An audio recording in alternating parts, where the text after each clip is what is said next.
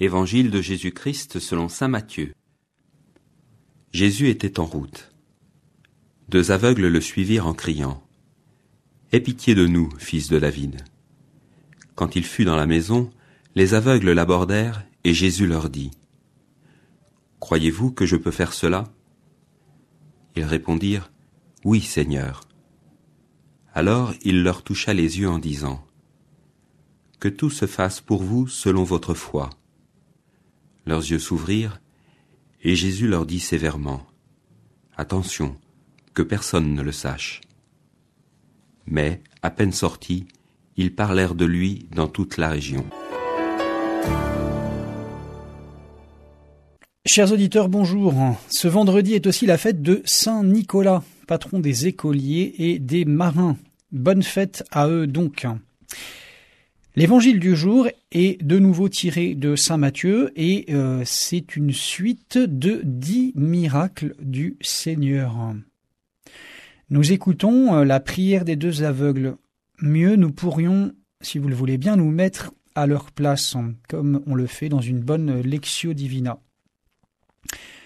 Leurs yeux, d'où la divine étincelle est partie, comme s'ils regardaient au loin, restent levés au ciel. On ne les voit jamais vers les pavés pencher rêveusement, leur tête appesantie. Ô cité, pendant qu'autour de nous tu chantes, ris et beugles, je dis, que cherchent-ils au ciel tous ces aveugles? Vous avez reconnu peut-être les vers de Baudelaire qui pourront nous aider. Ces 2 aveugles cherchent, ce qui peut sembler difficile lorsqu'on est privé de la vue, voire paradoxal. Mais ils cherchent et mieux ils ont trouvé. En effet, leur âme voit en Jésus, dans la foi, le fils de David. Alors c'est pareil, fils de David, on lit ça en passant, en fait c'est bien plus qu'un simple lien de parenté. C'est le titre même du Messie. C'est le renvoi au psaume 131 et à la promesse divine. Le Seigneur l'a juré, et c'est sans retour, de ta descendance, j'établirai un roi sur ton trône. Eh bien, ça y est, la promesse faite à David s'accomplit.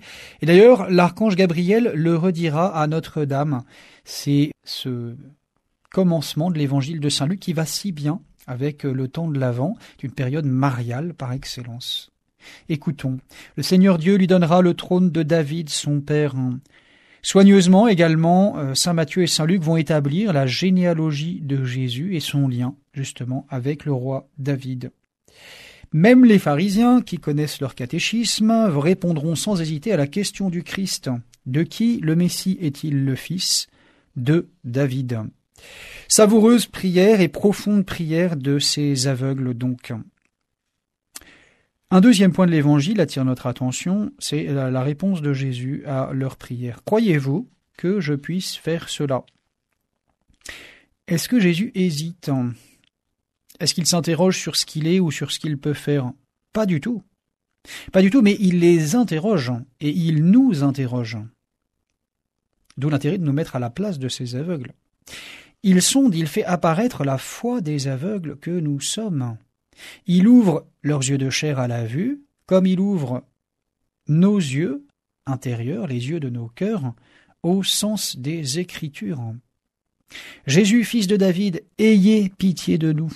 Sachons dire cette prière au Seigneur, sachons reconnaître le Seigneur qui vient, le retrouver dans son Eucharistie, dans son Église et dans le prochain qui est son représentant. Bon et saint avant. L'évangile du jour était commenté par le père Alexis Garnier, prêtre de la Fraternité Saint-Pierre et coopérateur à la paroisse